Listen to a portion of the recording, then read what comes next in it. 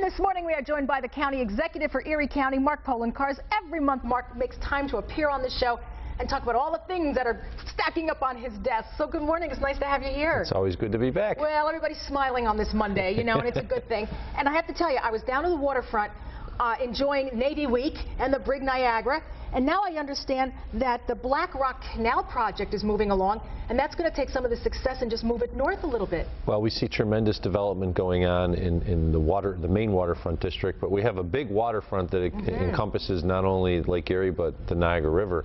And what we're doing with Black Rock Canal Park, which was always for many years was known as the Ontario Street Boat Launch Park, is really turning it into a park-like setting, using grants that we receive from the federal and state government as well as county dollars.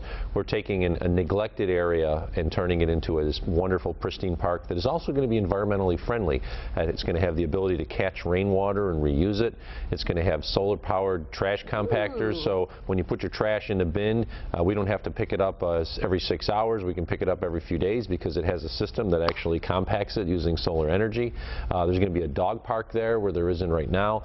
It's pretty much a paved park. It's going to look like a true park-like setting. It's going to have trees and everything that you would expect in a park, and it's going to be another gem that we have on the waterfront. When is the timetable for completion? A good portion of the work is going to get done by the end of this fall, and then we're going to pick it up again, and the goal is to have everything completed by Memorial Day of next year. Fantastic. Now this is kind of close to where the old Harry's Harbor was, so if you're on the highway, might you see this? If you're right at if you're on the highway, you would see it, and if you're driving down Niagara Street, it's basically at the end or on the foot of Ontario Street. You just pull off to the left, and you pull into this area where a lot of fishermen use it now, but in the future you're going to see a lot of people using it for a park. That's fantastic. Can the fishermen still fish? The fishermen will still fish. Well, that's good. Take care of them. All right, while we're talking about water, let's talk about the Great Lakes Beach Sweep. This past weekend, I should say, on Saturday morning, all across Erie County and western New York, people were out cleaning the beaches.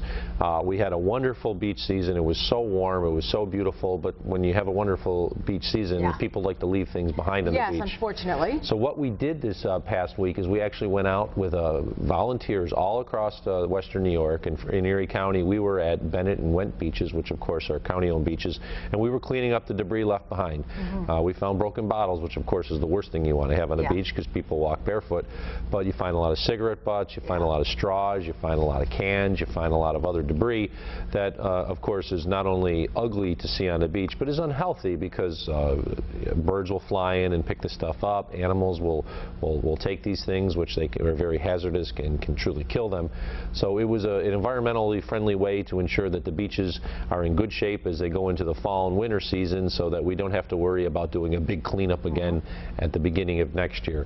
Everyone loves our beaches, especially when it's 85, 90 degrees out. We love being on Lake Erie, and we want to ensure that people enjoy them because they're a clean place and that it's environmentally friendly in the future. So I thank all the volunteers who came out. I was at Bennett Beach myself and stopped by Went Beach and was cleaning up beer bottles and cigarette butts and everything else that you can imagine to ensure that these beaches are usable for the future. All right. Now, of course, everybody is talking about the big Bills game, and we have all got faith again into this year. Yes, we do. But what about the Bills lease, Mark? Where are we with that? We're still doing negotiations with the Bills and the state. I set an aggressive timetable. I'll be the first to admit it. I wanted to get the Bills lease done early, and if anybody saw the reports last week, we're talking about a lease currently which is basically this thick. It's 35 separate documents. It's not like a 3 or 4 page lease that you may have with your landlord or tenant. Our goal is to try to get it done so that not only do we ensure the long-term viability of the Bills in Buffalo, but it doesn't break the county nor the state's back. People need to understand that we're not just talking about construction and renovation at Ralph Wilson Stadium. We're also talking about money that's provided to the Bills organization on an annual basis.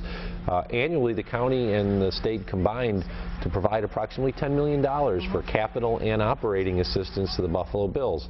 So we're not only talking about work associated with renovating Ralph Wilson Stadium, but also whether the state and the county is going to continue to assist in operating the Bills as well. You know, Mark, and that brings up the question too, and a lot of people have this question, if the county and the state are funding all this, how can they black us out?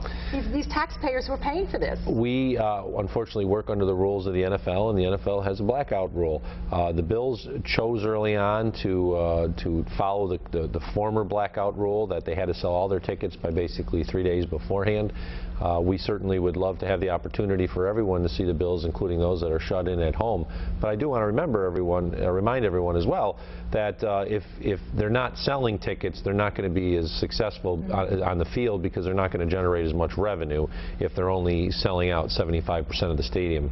We're competing against teams across the country that sell out 100% of their stadiums at rates for tickets that are triple and quadruple what ours are. So they don't have the revenue to begin with that a Dallas or a New York or a Washington, a Boston has. So we're a little bit behind the 8 ball. So I understand why the Bills and the small market teams do this, but I think it's fair to say that if we're going to be providing them some operating assistance going forward, we should at least ensure that the product on the field is good, as well as that we have a say in how it goes forward. I agree. All right, and one more thing. With the great weather, it's a wonderful medium for growing things, and unfortunately for rodents in western New York and in Buffalo. And we can talk about the rodent control issue, right? Yeah, with having a mild winter last year and a very hot summer, we had a lot of rats out on the streets. Now, if you remember, we restored the Rodent Control Program after it was cut by the prior county executive, and I thank the legislature for those votes. We got it up and running in late March, early April, and they've been busy responding to thousands of calls across Erie County, especially in the north towns. The north towns seems to be the year, this year is where the rats are, in Tonawanda, North Buffalo, Amherst, areas like that, Grand Island. So the Rodent Control Program has been out. The officers have been baiting, they've been catching rats, they've been disposing of them. We know that rats and other vermin like that are a public health risk. So this is something that the public demands, and by the thousands of calls that we've received just in a few short months, we know that this is a needed program, and I'm glad we were able to restore it. We actually have a rat patrol. We do have a rat patrol. There is a rat phone. You call the Erie County Department of Health. You can get the rat phone on the line, and they certainly they'll take care of your rodent program. Unfortunately, there's such a demand. They're a little behind by a week or so now, but we'll catch up and get them. All right, Mark, thank you so much for joining us. As always, my pleasure, Linda. Mark Poloncarz, everybody, makes time for us every month. Listen, we got to take a quick break. We'll be right back. Oh, bye-bye, everybody. Thanks for watching. We'll talk to you tomorrow. We're actually out of time. Bye-bye.